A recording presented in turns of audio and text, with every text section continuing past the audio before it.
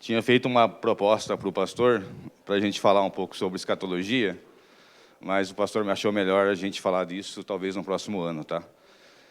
Eu pedi isso porque, para mim, seria um pouquinho mais simples. Estou fazendo uma pós em escatologia, então casaria com os meus estudos, então ficaria mais fácil de eu trazer essa palavra aqui hoje. E a proposta seria a gente falar sobre escatologia desde o Antigo Testamento, né, desde Gênesis 1, o que acontece em Gênesis 1, Gênesis 3:15 e assim por diante. Não ia entrar muito em detalhes sobre milenismo, pós-milenismo, pré-milenismo, tribulacionista, dispensacionalistas. Então, existem muitas ideias na linha de raciocínio da teologia no que diz respeito à escatologia. Seria algo mais simples, mas nós achamos melhor deixar para o ano seguinte. Desta forma, eu tenho uma missão difícil de tentar dar continuidade aqui nos estudos que o pastor começou sobre a Confissão de Fé de Westminster.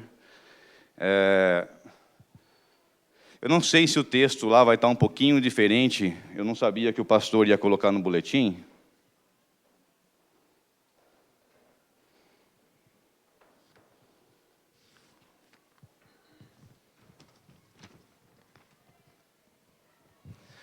Existem pequenas diferenças, às vezes, de livro para livro, tá, irmãos? Eu acho que vai estar difícil de ler ali. Então, não sei se todo mundo está com o boletim. Se não tiver, Odri, se você conseguir colocar, só para deixar por... Mas a gente pode seguir o boletim aqui. Eu não participei do último estudo do pastor, mas eu creio que foi sobre a adoção e ele finalizou, né? Os irmãos lembram? Alguém estava aqui presente no dia do estudo do pastor sobre a adoção? Lembra do que se trata? Ok. Então, o estudo seguinte seria sobre santificação, né, capítulo 13 da Confissão, que é da santificação, né, como diz aqui no boletim. Eu não sei se o tipo de apresentação que eu trouxe aí está fácil de colocar. Só um minuto, tá, irmãos? Então, a gente lembrar um pouquinho, no processo de adoção, somos adotados, né? A princípio, somos filhos da ira, e quando somos justificados pela fé, nós somos adotados por Deus e nos tornamos filhos, não mais da ira, mas sim de Deus e irmão de Cristo. Vamos ler aqui junto, irmãos? Está um pouquinho mais... Eu acho que está um pouquinho diferente lá, mas vamos ler todos juntos? O primeiro... Os que são eficazmente chamados e regenerados, tendo sido criado neles um novo coração e um novo espírito, são, além disso, santificados, real e pessoalmente, pela virtude da morte e ressurreição de Cristo, por sua palavra e por seu Espírito, que neles habita. O domínio de todo o corpo do pecado é destruído, e as suas várias concupiscências são mais e mais enfraquecidas e mortificadas. E eles são mais e mais vivificados e fortalecidos em toda graças salvadoras, para a prática da verdadeira santidade, sem a qual... Amém. Bom, irmãos, aqui ele cita... Deixa eu pegar um brinquedinho aqui, né? Aqui no começo, ele cita eficazmente chamados e regenerados. Há um tempo atrás, eu dei um estudo sobre regeneração. Eu não vou entrar muito no detalhe sobre isso, mas eu acho que os irmãos estão cientes, naquela passagem de Nicodemos, quando Cristo fala, regenerados nada mais é do que nascer de novo. Né? Acho que os irmãos estão bem situados aí nessa passagem, uma passagem bem conhecida, que fala que um judeu, né, com muito conhecimento da palavra, o que Cristo fala para ele? É necessário nascer de novo, é necessário que você seja regenerado, né? Então, aqui na confissão, ele traz sabiamente, né, eficazmente chamado, que é o chamado irresistível de Deus, aquele chamado no qual nós somos incapazes de responder sem a ação do Espírito Santo. Né? Tem algumas teologias, alguns irmãos em Cristo também, né? E eu venho dessas teologias mais antigas, isso quando eu tinha 16, 15, 16 anos, que eles acreditam que o homem participa nesse processo. Nesse processo, é o homem que decide se ele quer ou não receber esse chamado. Mas na reformada, inclusive muito sabiamente dito aqui na confissão, nós sabemos que nós somos incapazes de responder esse chamado sem a ação regeneradora do Espírito Santo. Então, é através dessa ação, dessa transformação no nosso coração, nós somos habilitados a receber esse chamado. Então, por isso que é chamado, por isso que na teologia nós chamamos de chamado aí eficaz, né? Então, eficazmente chamado e regenerado. Então, nós somos chamados, recebemos um novo coração e a partir desse momento Deus nos coloca numa estrada. Então, nós somos regenerados, justificados. Eu até queria colocar, se você conseguir, Dri, tem uma das apresentações aí, que é uma tabelinha onde fala regeneração, essa mesmo.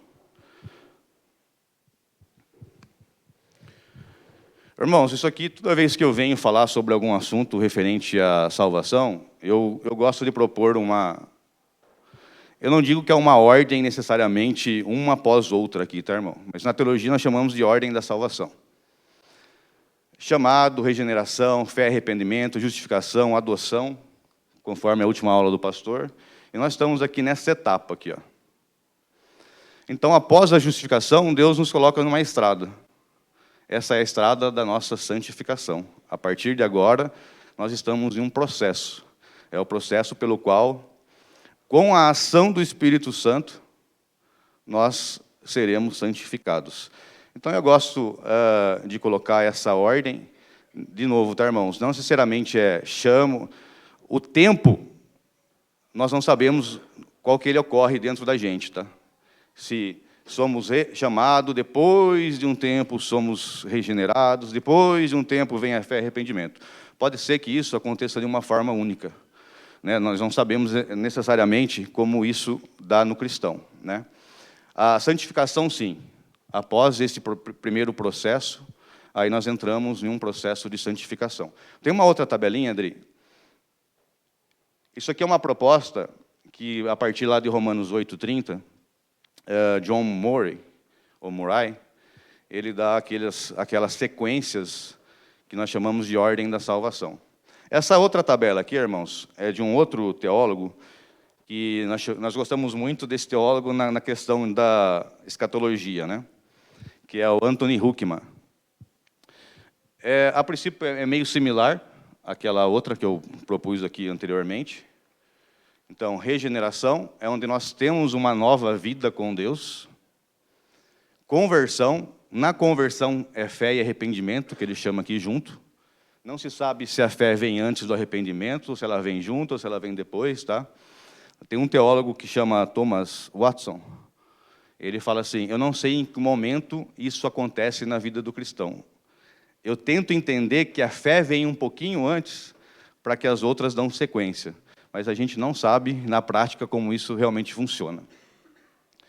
Justificação também foi um assunto falado aqui na confissão de fé. E nós estamos aqui no processo de santificação. É o que a gente vai falar hoje. Também gosto dessa ideia aqui do autor, tá? Desse teólogo, Anthony Huckman, que traz essa dinâmica aí no processo de salvação. Então, o nosso assunto hoje, santificação. E começando pelo Antigo Testamento, vamos recorrer um pouco ao que Deus falou para Moisés, lá em Levíticos 19, 1 e 2. Levítico 19, 1 e 2. Eu vou ler aqui, Dri. Acho que vai ficar difícil de ficar mudando aí, né? Disse o Senhor a Moisés, fala a toda a congregação dos filhos de Israel, e diz-lhes, santos sereis, porque eu, o Senhor vosso Deus, sou santo. Pedro também ecoou essas palavras em sua primeira epístola, 1 Pedro 1, 14 a 16. Eu vou esperar os irmãos achar aí, tá? 1 Pedro 1, 14 e 16.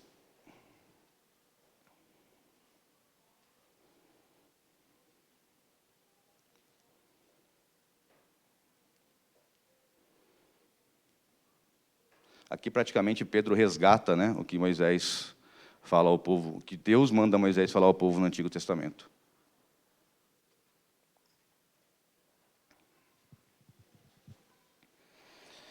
Como filhos da obediência, não vos amoldeis as paixões que tinhais anteriormente na vossa ignorância.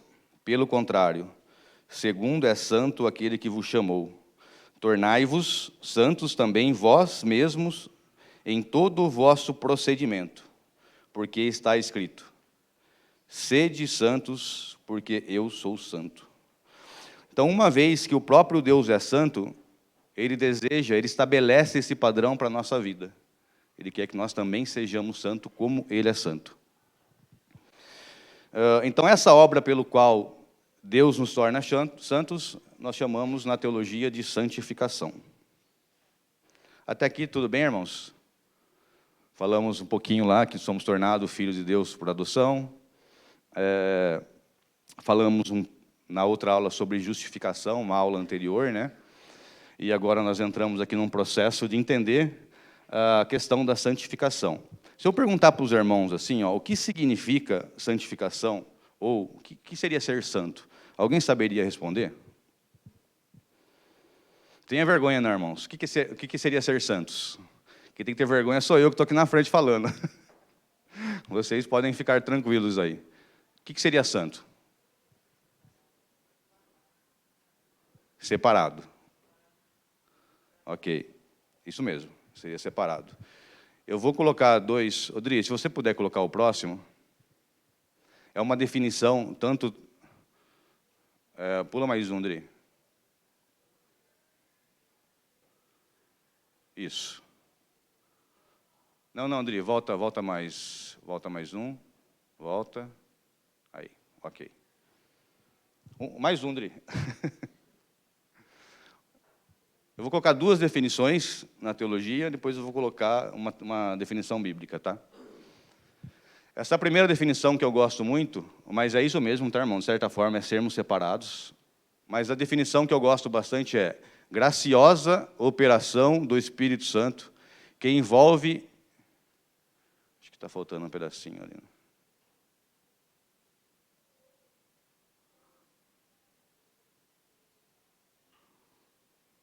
Tá ok, obrigado.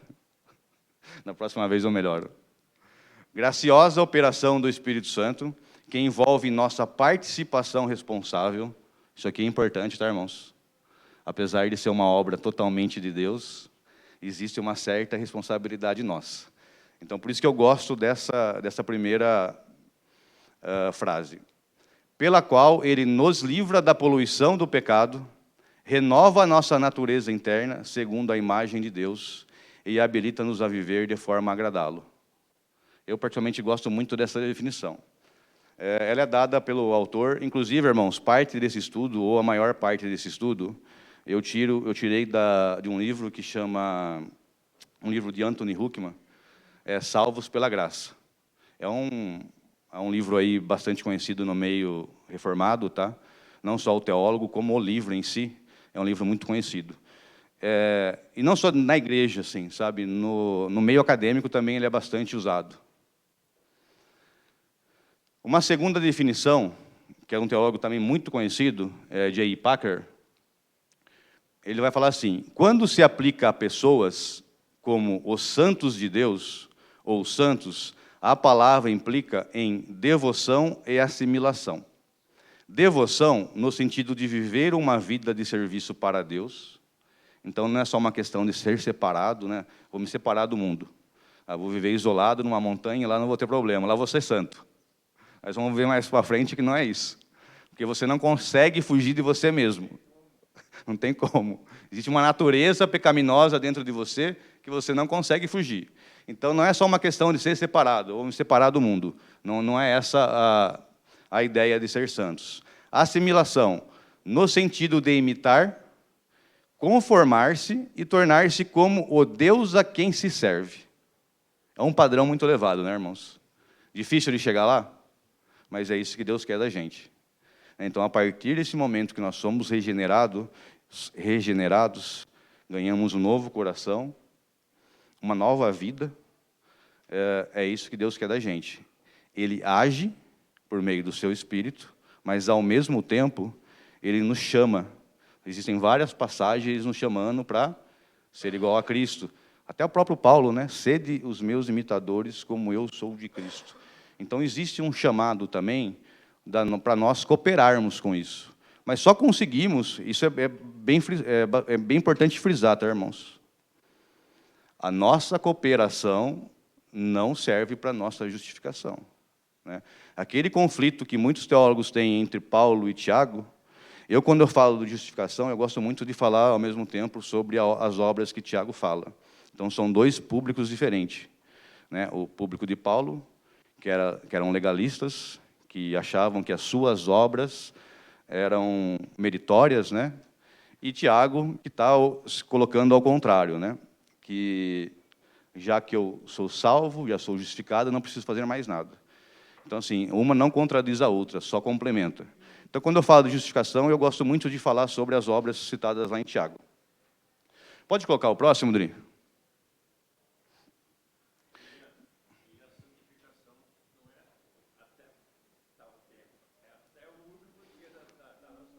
Exatamente. Eu vou colocar um gráfico, está meio distorcido o gráfico. É que eu tentei pegar de um livro lá, ficou meio ruim, mas depois eu vou colocar ele. Mas é exatamente isso, Saulo. É até o último respiro ou até a vinda de Cristo, né? Nós não sabemos se até lá estaremos vivos ou não. E qual seria o conceito bíblico? O significado básico é separar das outras coisas, isso no Antigo Testamento. Separar das outras coisas. Separar do que é comum ou profano. Essa seria a ideia de santos do Antigo Testamento, de santificação. Separar do que é profano. No Novo Testamento, o significado básico dos crentes se dá em duas ideias. A primeira, separação da prática do pecado deste presente mundo. Então, aqui que está. É separado? Sim. Do quê? Das práticas do pecado deste presente mundo. E consagração ao serviço do Senhor. Então, aquela questão que eu falei do homem na montanha, eu vou lá, vou me isolar do mundo, então estou isolado da prática do pecado do mundo. Mas existe algo no nosso interior que nós não vamos conseguir nos livrar. Não vai adiantar nada. É o que está escrito lá em Gálatas 5. É aquela briga interior, a gente vai falar um pouquinho mais para frente sobre isso, tá?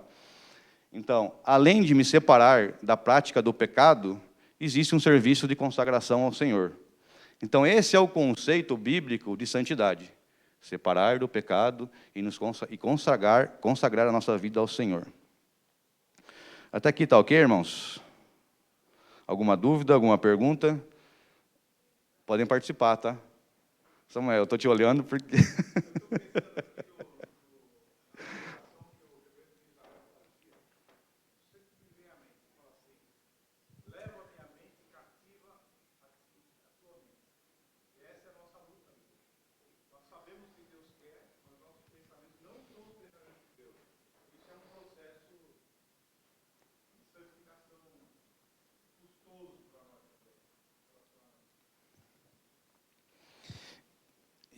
E todo momento Paulo está mencionando isso, né?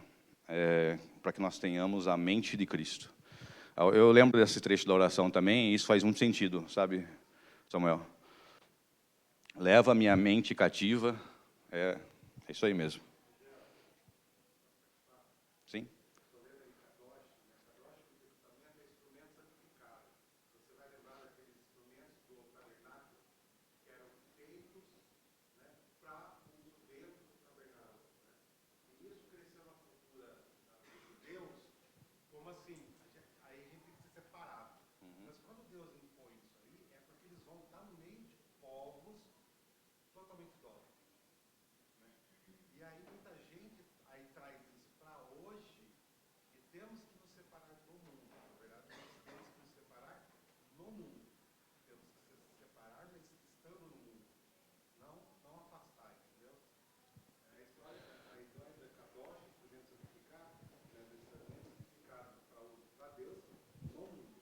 Exatamente, Ricardo. O próprio Cristo fala, né? Porque assim, essa batalha é aqui no mundo. Então não adianta a gente querer se separar do mundo, porque Ele quer que nós sejamos santos e refletimos a imagem de Deus para esse mundo. Isso é a questão do povo de Israel, né, de refletir essa imagem de Deus, porque hoje nós temos o Evangelho levado a todas as nações, mas antigamente eram as nações que olhavam para o povo de Israel que deveria refletir essa imagem. Exatamente isso. Então é um povo sendo santo no mundo, é o mundo de Deus, mas é um povo espelhando a santidade de Deus.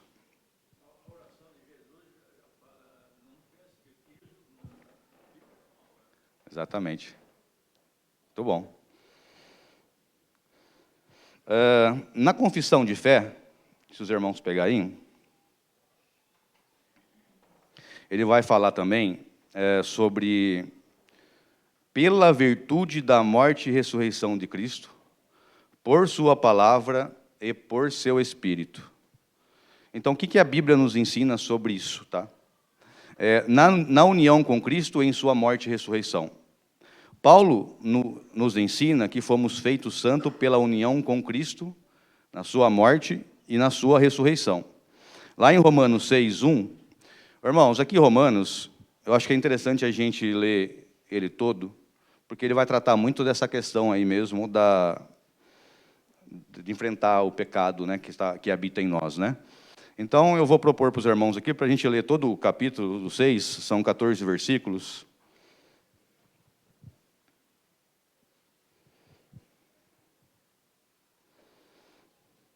Romanos 6, de 1 a 14.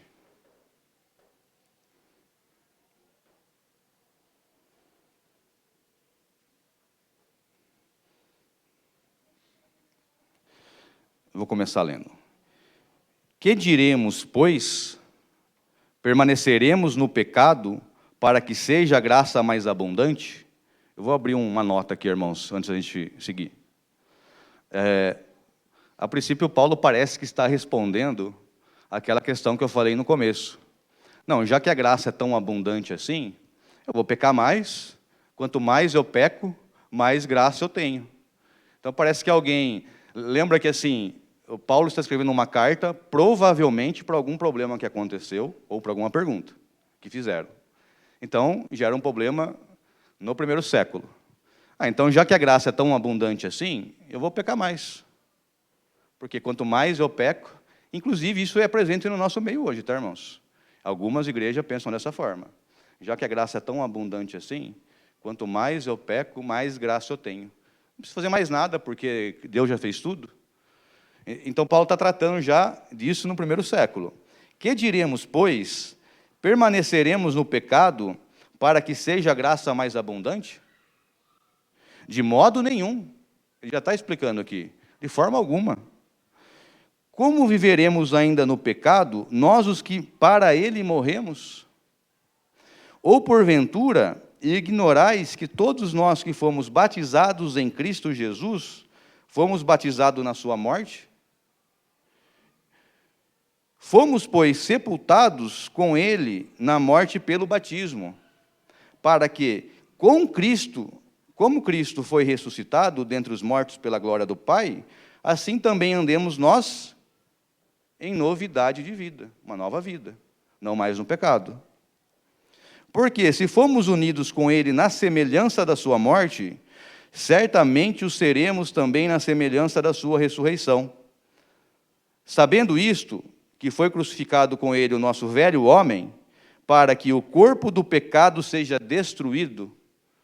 Se a gente voltar um pouquinho lá na confissão, vou parar, dar uma pausa aqui, irmãos, ele vai falar, o domínio de todo o pecado é destruído. Paulo está tratando sobre isso.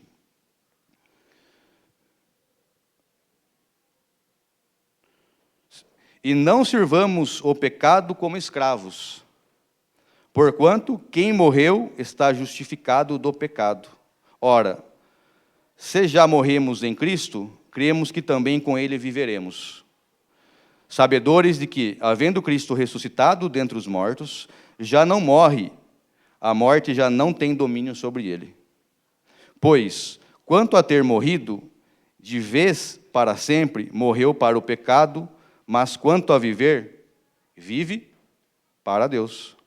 Assim também, vós considerai-vos mortos para o pecado, mas vivos para Deus em Cristo Jesus. Não reine, portanto, o pecado em vosso corpo mortal, de maneira que obedeçais às suas paixões. Nem ofereçais cada um os membros do seu corpo ao pecado, como instrumentos da iniquidade, mas oferecei-vos a Deus como ressurretos dentre os mortos, e os vossos membros a Deus como instrumento de justiça. 14, irmãos. Vamos ler tudo junto? Porque o pecado não terá domínio sobre vós, pois não estáis debaixo da lei, e sim da graça. E... não sei se alguém comentou alguma coisa aí. Não, né? Então, no capítulo 6, Paulo trata especificamente do problema do pecado na vida do crente. Ele irá mostrar que a forma como conduzimos a nossa vida cristã é de suma importância. Então, de novo, irmãos, existem até reformados, esses hipercalvinistas, ultracalvinistas, e não sei que nome mais dão para esses caras um pouco fora da curva, que Cristo morreu por todos os nossos pecados, então eu posso pecar daqui para frente que não vai ter problema. Não é bem isso, tá, irmãos? Não é bem isso que a Bíblia está ensinando. Ele morreu, tirou a culpa do pecado que estava sobre nós e colocou sobre ele. Mas quem morreu e ressuscitou com Cristo, não deveria viver mais nessa prática do pecado. É isso que Paulo está querendo tratar. Então, assim, Cristo morreu, limpou todos os nossos pecados? Sim. Mas também morremos com Ele e ressuscitamos com Ele. E por isso temos uma nova vida. É isso que Paulo quer. Então, tira da cabeça, né, Paulo falando para eles, essa questão de que como Cristo já morreu e vocês são justificados por meio da fé nele, agora vocês não precisam fazer mais nada. Agora deixa a vida me levar. Deixa a vida me levar, a vida leva eu. Sabe onde que a vida vai nos levar, irmãos? Para um lugar só. Para o inferno.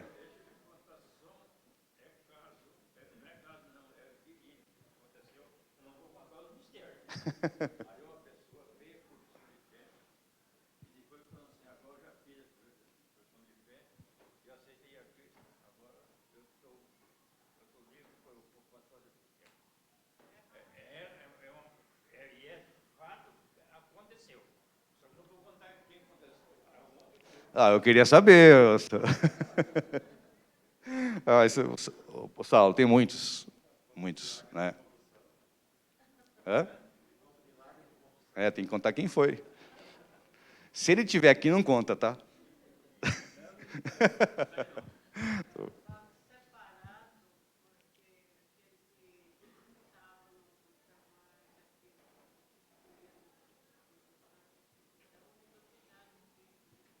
Exatamente.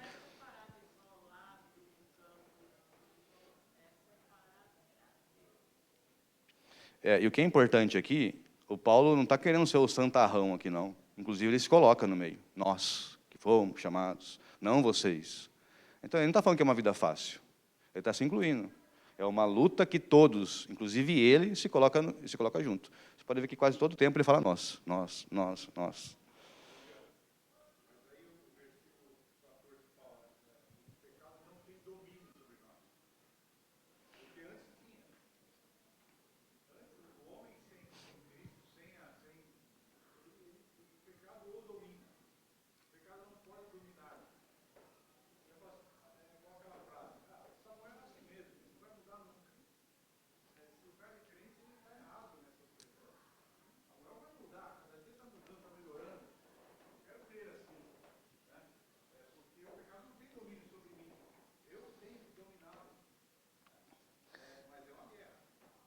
Ela é uma guerra, ela é muito retratada lá em Gálatas. Alguns usam Romanos. Eu vim falando com o Digão hoje de manhã isso daí, Romanos 7.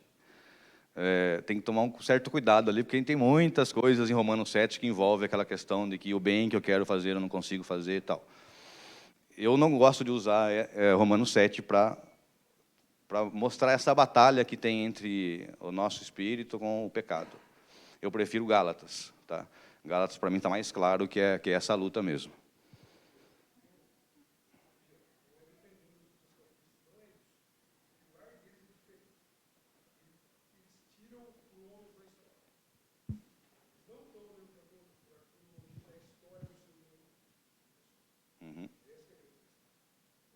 Desculpa, você está falando de Romanos? Não? Ah, sim. É. Sim.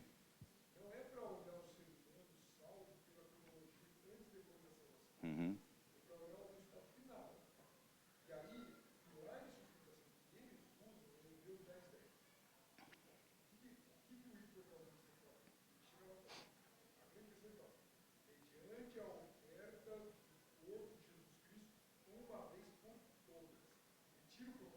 Uhum.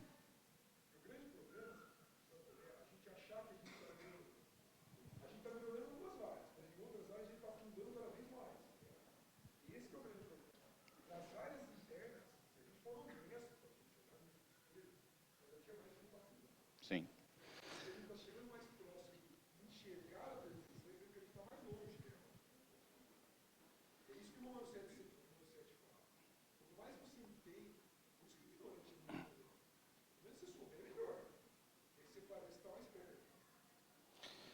O Romano 7 ali, eu acho que tem que ser um estudo específico para a gente falar, mas tem que ser 7 e 8. E assim, eu posso falar e de repente muitos irmãos não vão concordar. Como tem muitos teólogos presbiterianos que têm essas duas linhas de pensamento. E vários reformados, né? Então, assim, nessa batalha de Romanos 7, eu inclusive ganhei um livro hoje do Digão aí. Tem 4 pontos de vistas. Os principais aí são, será que Paulo está falando dele mesmo como já convertido? Ou Paulo está falando de um Paulo antes da conversão? Porque Romanos 7, eu vou abrir só uma nota de rodapé e depois eu volto aqui, tá, irmãos? Romanos 7, parece que aquele Paulo só erra, desde o primeiro versículo. Erra, peca, cai. Mas, peraí, não está parecendo um cara... Aparentemente, tá, irmãos? Então, por isso que é legal trazer todo o capítulo 7, todo o capítulo 8. Porque no 8, parece que já é um Paulo convertido.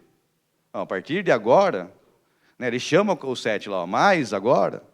Então, assim, é interessante a gente estudar depois um período aí, esses dois juntos. Porque se eu falar só um pedacinho, de repente eu posso estar confundindo mais do que ajudando. Mas é exatamente isso. Mas Gálatas, eu acho que fica muito claro essa luta. Né? Essa luta entre a carne e o espírito. A gente vai ler um pouquinho para frente ele aqui já, Gálatas, tá, irmãos?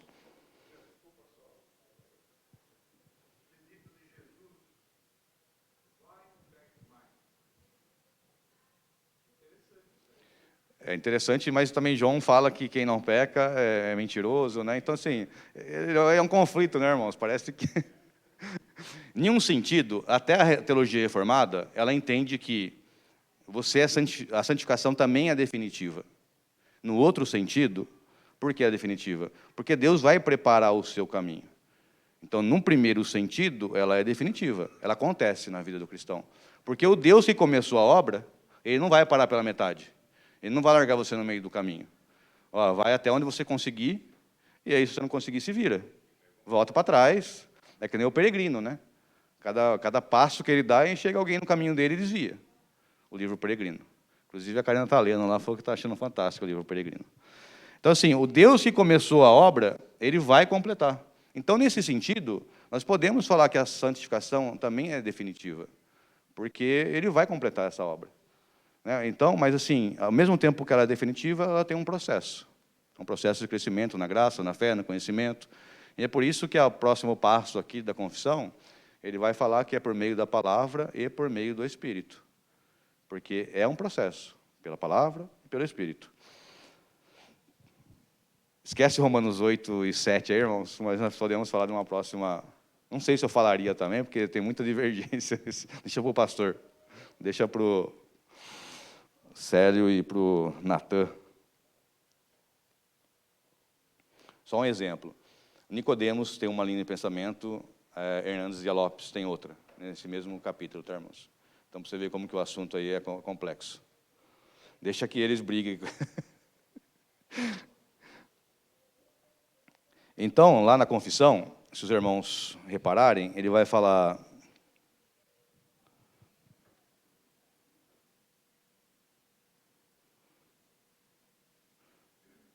Por meio da sua palavra e o seu Espírito que habita neles. Né? Então, vamos ver o que isso significa, irmãos, aqui na palavra de Deus. A obra da santificação é uma obra do Espírito. É isso que ele está querendo dizer lá. Paulo disse aos Tessalonicenses 2, versículo 2 Tessalonicenses, capítulo 2, versículo 13.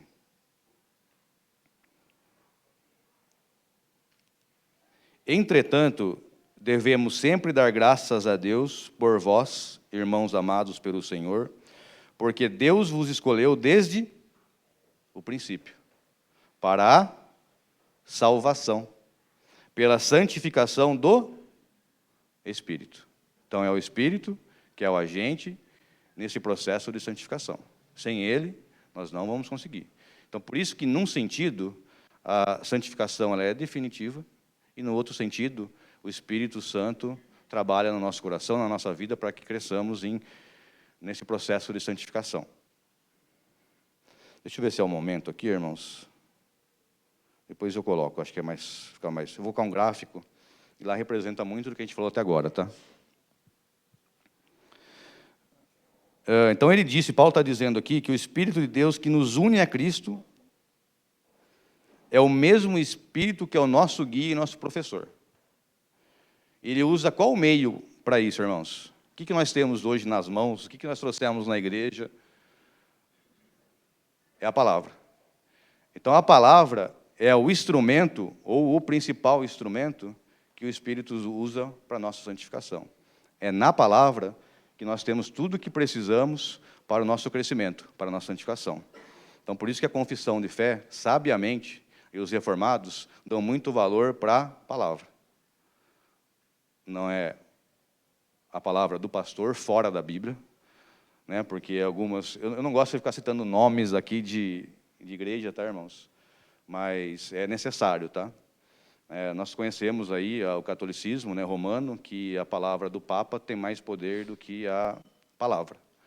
Então, por isso que a confissão de fé ela faz questão de reforçar que é por meio da palavra e do Espírito. O Espírito é o nosso professor, usando uma ferramenta que é a palavra.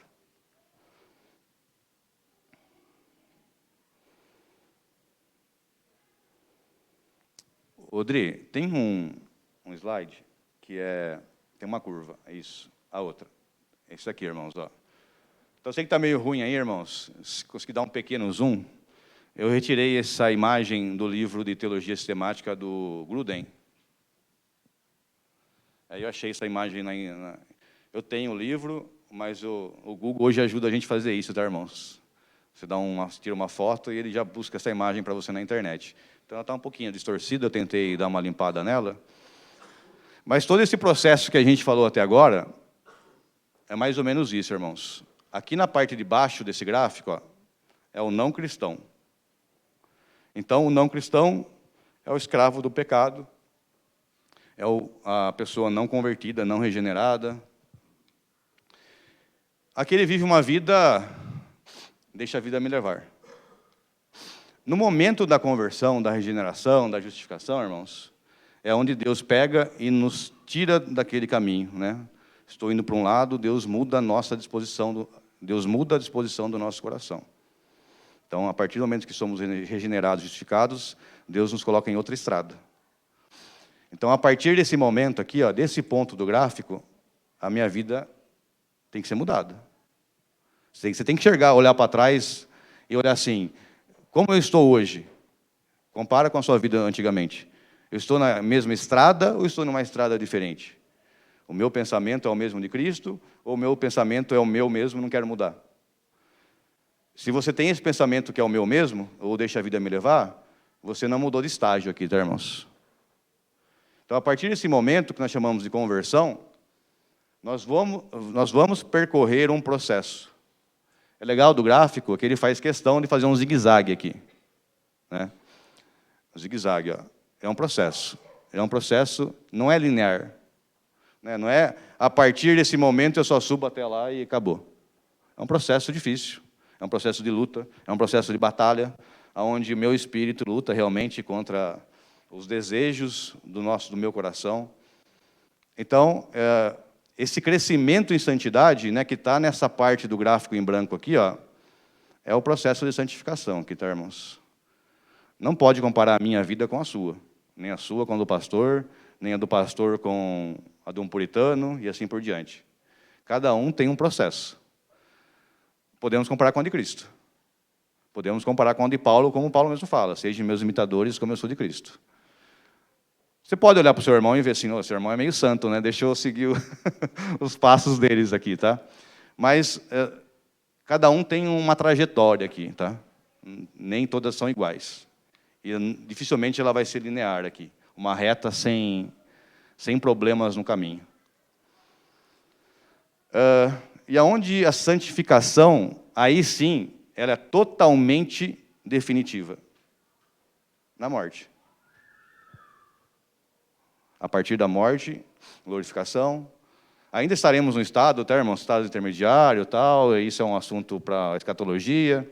Ou na volta de Cristo, quando nós seremos glorificados. A partir desse momento, sim, santos, definitivamente. Tá? Mas até lá, estaremos num processo. Então, essa parte de cima aqui, ó, é essa que nós chamamos de santidade perfeita, pós-morte. Até então, irmãos, é uma luta diária com o nosso coração.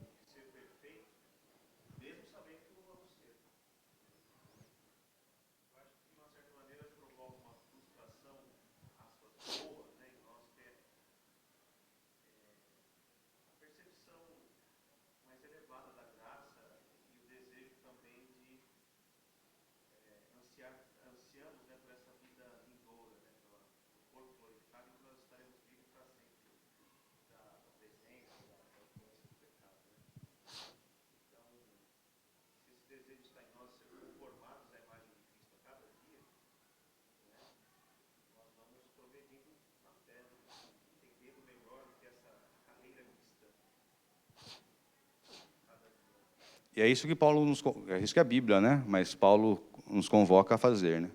Olhar, né, se nós realmente estamos nesse caminho. Né? E é aí sim que nós temos uma certa responsabilidade, irmãos. Eu vou tentar reduzir um pouco o estudo aqui, porque eu acho que tem uma dinâmica com as crianças hoje, né? É isso mesmo? Tem, né? Olhar para ver se realmente nós estamos nesse caminho. Estamos aqui no gráfico na parte de baixo, ou já mudamos a nossa mentalidade com relação a isso, né? É claro que é o Espírito que traz isso para a gente, tá, irmãos? Mas dá para a gente saber. Quer falar alguma coisa?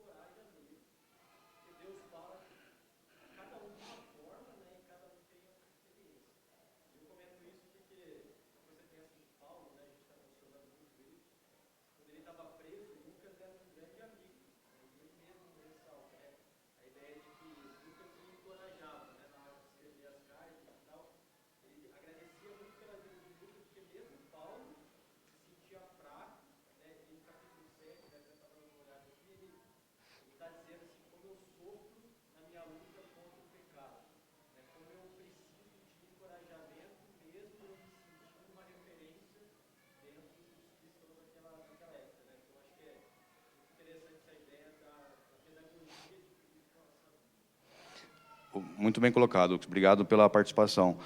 Realmente, até no processo, se olhar no Antigo Testamento, essa escola da vida, né, é uma escola pedagógica, né, que Deus nos chama, a gente cai, Ele nos levanta. Então, realmente é uma escola pedagógica, que Deus, às vezes, através de um sofrimento, irmãos, através de uma queda, que a gente levanta um pouco mais forte, né? Isso aconteceu muito no povo de Israel, né? Então, todos esses problemas que ocorreram com o povo de Israel, Deus ia lá, pesava a sua mão para que o povo levantasse. Deus ia lá, pesava a sua mão, e era exílio, né? E assim por diante. É uma escola da vida, é um processo realmente, né? Obrigado pela participação, Lucas. Vou dar continuidade aqui, irmãos. Ele fala um pouquinho mais para frente sobre destruir o pecado, né? O domínio de todo o corpo do pecado é destruído. Você já sentiu que está travando uma guerra silenciosa, uma batalha dentro de você? Se não sentiu, deveria sentir, tá, irmãos? Deveria sentir. Então, essa guerra, ela existe. A gente vai ler Gálatas aqui já para falar sobre isso, né? Então, existe um conflito entre o que você é e o que você foi chamado para ser. E essa batalha é o que a gente está falando agora, é a santificação. Então, existe um conflito entre o que você é e o que você foi chamado para ser. É a santificação. E nós temos um inimigo nessa guerra. Qual que é o inimigo? É o pecado, que habita dentro de nós. Tem até um livro que fala exatamente, a capa do livro é essa. O mal que habita em mim. É um livro aí meio famosinho, deve ser até meio raro, não sei nem se acha mais para comprar. O mal que habita em mim. Então, existe essa batalha, é o que a gente vai ler agora em Gálatas 5, de 16 a 24. Gálatas 5, de 16 a 24.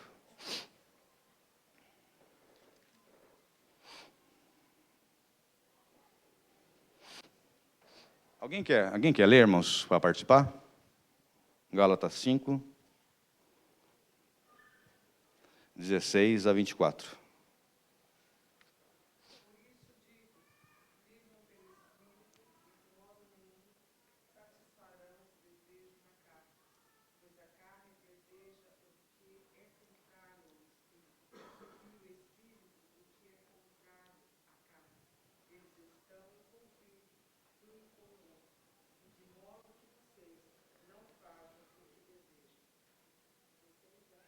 A 24.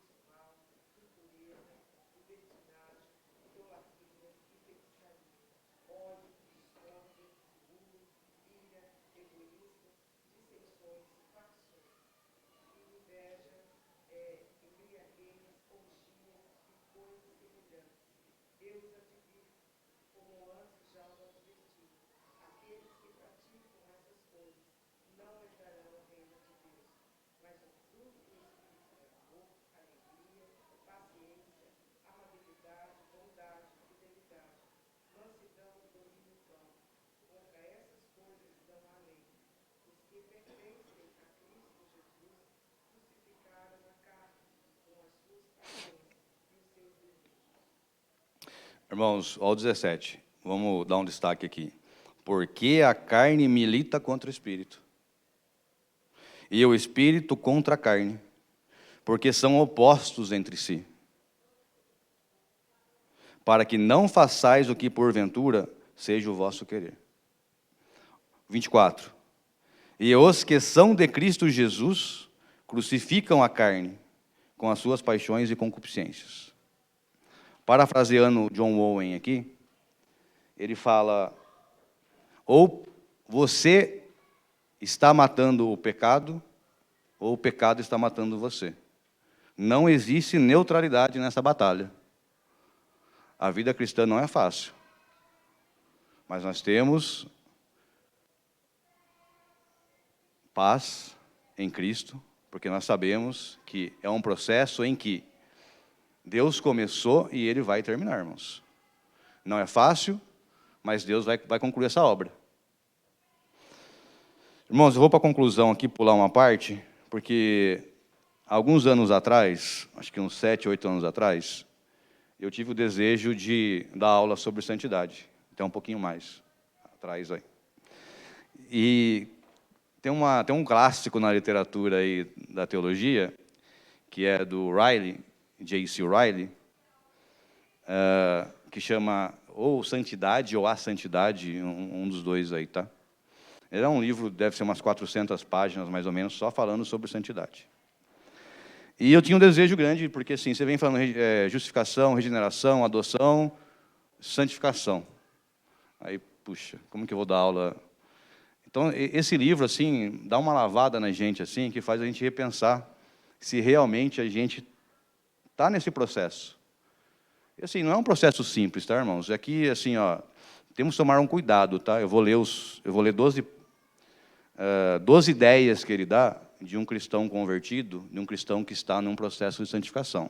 Lembrando que não é pelas obras, mas as obras faz parte, tá, irmãos?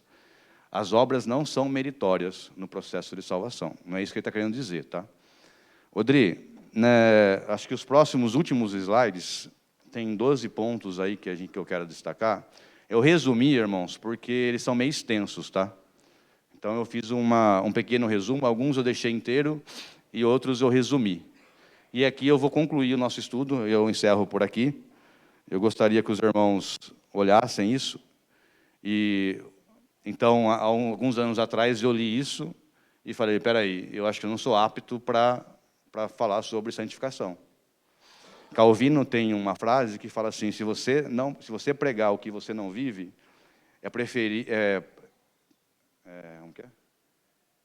é melhor que você caia e quebre o pescoço.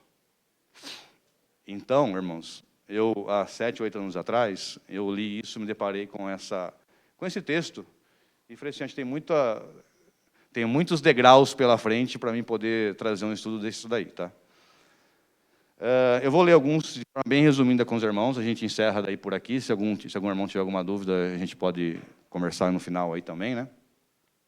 Então, isso aqui é proposto por um teólogo aí, eu não sei se alguém lembra aí, Digão, que tem uma memória, acho que 1800, mais ou menos, alguma coisa aí, tá, pessoal? Então, o primeiro ponto que ele dá aqui, tá? Santidade é o hábito de ser uma somente com Deus. A gente falou bastante sobre isso, ter a mente de Cristo, né? De acordo com as Escrituras, de acordo com o que as Escrituras descrevem como sendo a mente dele, é o hábito de concordar com seu julgamento, odiando o que ele odeia, amando o que ele ama e comparando tudo neste mundo com o padrão de sua palavra. Tudo que a gente for fazer, comparar com a palavra, que está escrito. Por isso que a palavra está na confissão de fé de Westminster. Um homem santo se esforçará para evitar cada pecado conhecido. Ele faz questão de falar pecado conhecido, porque tem pecados que a gente comete que a gente nem sabe que comete, né? O próprio Salmos fala sobre isso. 3. O seu objetivo em relação às outras pessoas será o de andar ao lado delas, o que o Lucas falou. Então, esse companheirismo, eu dou muito valor para isso, tá, irmãos? Eu acho até legal, inclusive, eu falei para alguns, falei até para o pastor, eu fui numa igreja presbiteriana no Mato Grosso, esse mês passado, e lá eles fazem a escola dominical junto com o culto, né, porque eles têm mais tempos para ficar em comunhão ali, conversar, né, então, eles não fazem ou o culto da manhã ou o culto da noite, tá? Então, em Pernambuco, eu já fui em uma, que era a escola dominical de manhã, para eles terem um domingo em comunhão.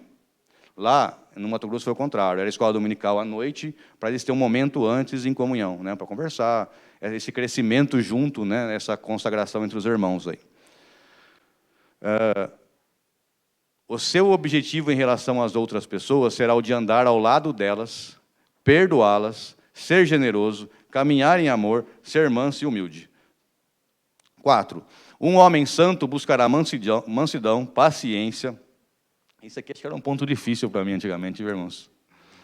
Paciência, gentileza, controle de sua língua, dará bom testemunho, tolerante para com os outros e também não se apressará em exigir seus direitos. Um homem santo lutará para mortificar os desejos carnais. Falamos bastante sobre a mortificação. John Owen tem um livro que fala exatamente sobre a mortificação do pecado, tá? Um homem santo abominará toda mentira, difamação, desonestidade e injustiça, mesmo nas pequenas coisas. Então, se nas pequenas coisas ele faz vista grossa, quanto mais nas maiores. Um homem santo buscará misericórdia e bondade no trato com os outros.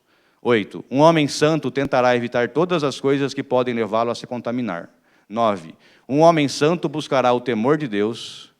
Não me refiro a um temor de um escravo, que somente trabalha para evitar a punição que receberá, caso seja descoberto sem fazer nada.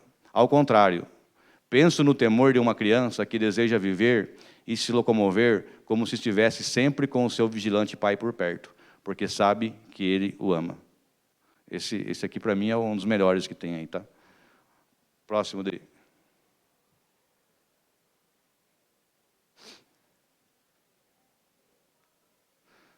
Eu já falei? Não, né?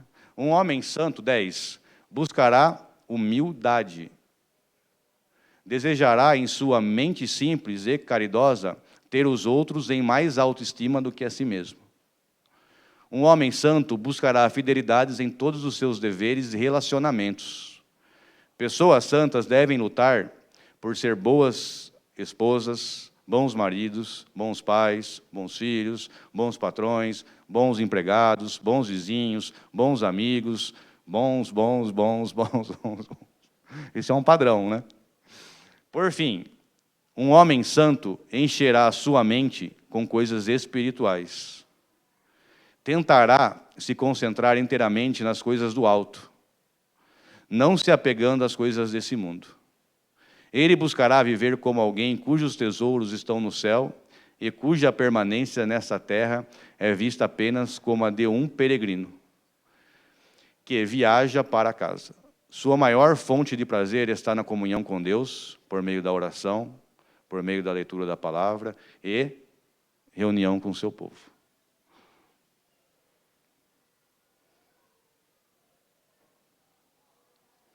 Esse livro é um livro extenso, tá, irmãos? Então, eu peguei alguns resumos desses 12 passos, que eu acho bem interessante.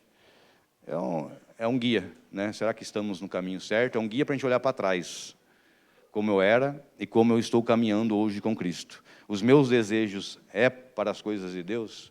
Ninguém está falando aqui que você não pode ter as coisas aqui nessa terra, tá, irmãos?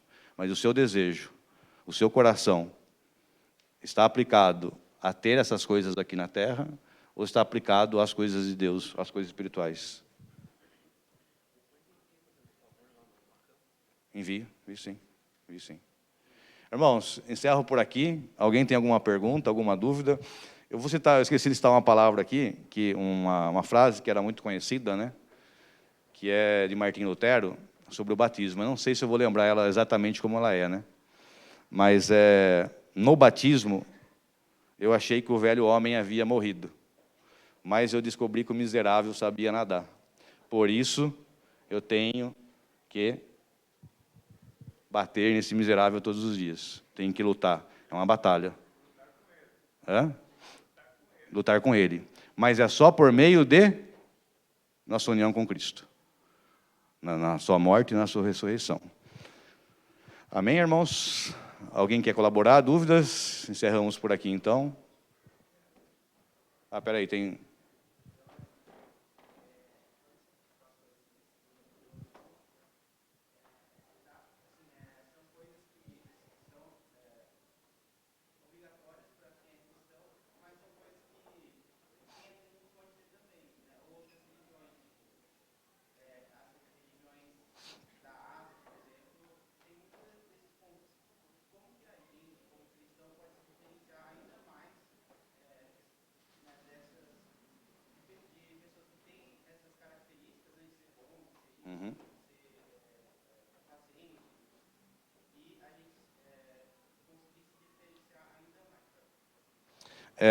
Inclusive, Cristo bate muito nos judeus lá do primeiro século, né?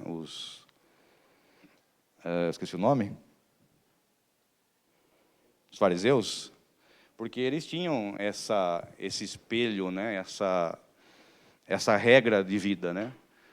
Então, assim, é difícil você olhar para uma pessoa e olhar assim, essa pessoa é ou não é santa, né? Não é esse o padrão que a gente tem que olhar, né? É legal, ver essas informações na pessoa, e devemos fazer isso porque nós somos reflexos de Deus aqui na Terra, né? Quando alguém do mundo vê essas virtudes na gente, ele vai falar assim, essa pessoa tem alguma coisa diferente, né? Ele vai entender dessa forma, né? Então, assim, nós devemos tentar seguir uma vida, devemos não, né? Devemos tentar não, né? Nós devemos seguir uma vida nesse processo de santificação, não tentar, né? Nessa luta diária. Lembrando que essas recomendações, elas não são meritórias, né? Isso que é importante frisar. Não é porque nós estamos fazendo isso que nós seremos salvos, né? É o contrário. É porque nós fomos salvos, estamos fazendo isso. Então, essa obra é uma obra de Deus. Nós cooperamos no sentido de engajamento, mas não de uma forma meritória. Então, assim, eu entendo que nós devemos refletir essa imagem, mas não julgar pela capa, né? Então, tipo assim, essa pessoa ela é santa, ela está salva. Aí cabe a Deus de definir se a pessoa é salva ou não. Mas, assim, o que o mundo pode ver da gente para ser melhor do que os outros? É seguir os mandamentos, as palavras de Deus, né? Eu creio que quando alguém no seu trabalho enxergar que você não se mistura, não se polui, né, não fala mal das pessoas, é uma pessoa paciente, né, todos esses atributos que eu acabei de falar, ela vai enxergar algo diferente em você. Provavelmente ela vai te questionar. Pode ser talvez a palavra de Deus sendo refletida, porque é pela palavra que nós somos salvos, né? É o meio que o Espírito Santo escolheu para colocar em nosso coração essa sementinha de fé. A sua atitude perante o mundo pode ser essa sementinha. A pessoa vai olhar, vai refletir, esse cara tem uma coisa diferente, né? Essa pessoa tem algo a mais. Provavelmente ela vai conversar com você, ô irmão, ô parceiro, o que você tem tão diferente aí, né, Marcel, nessa vida? Eu tenho Cristo no meu coração. Então, acho que é uma forma que a gente tem que refletir. Eu não sei se eu respondi de uma forma sábia aí.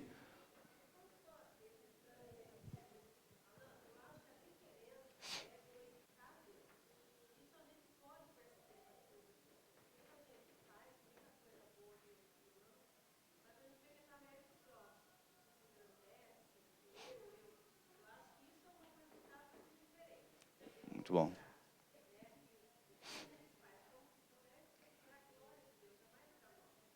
Exatamente. Então, é isso aí mesmo. Eu fico lembrando de livros aqui, tem um livro que é Tomando o Suco de Laranja para a Glória de Deus, né, que é do John Piper. Inclusive, o pastor, no começo, ele trouxe esse ensinamento para a gente aqui. Tudo que a gente for fazer é para a glória de Deus, né, não é para a nossa própria glória. E é uma forma de representar a glória de Deus aqui na terra. O que quer comais ou quer bebais, façais para a glória de Deus. Muito bem colocado. Daniel?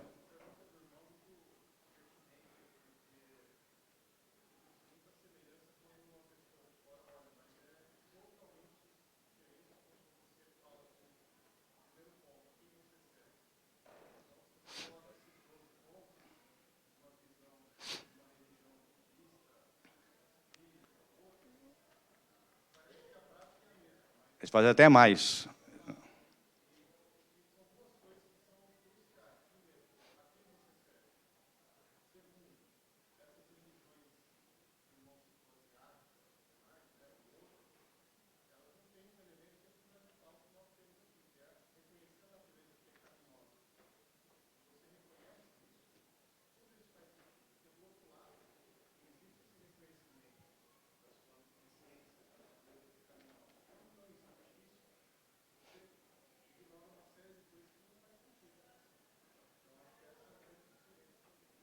Exatamente. E, assim, a gente tem que tomar cuidado para não cair no legalismo, né? Para não cair no judaísmo do primeiro século, tá, irmãos?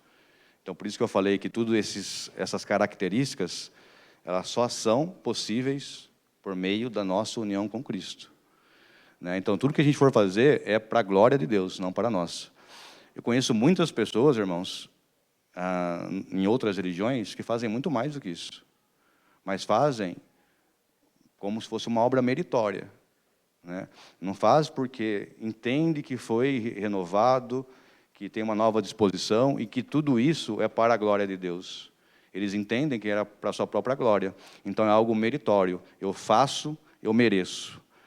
Nós somos ao contrário, né? Nós entendemos que o sacrifício de Cristo é que nos leva a isso, né? Essa fidelidade nossa, ela tem que ser diária. Eu entendo que isso aconteceu, né? Eu não sou tornado justo, mas Deus nos olha, eu sou declarado.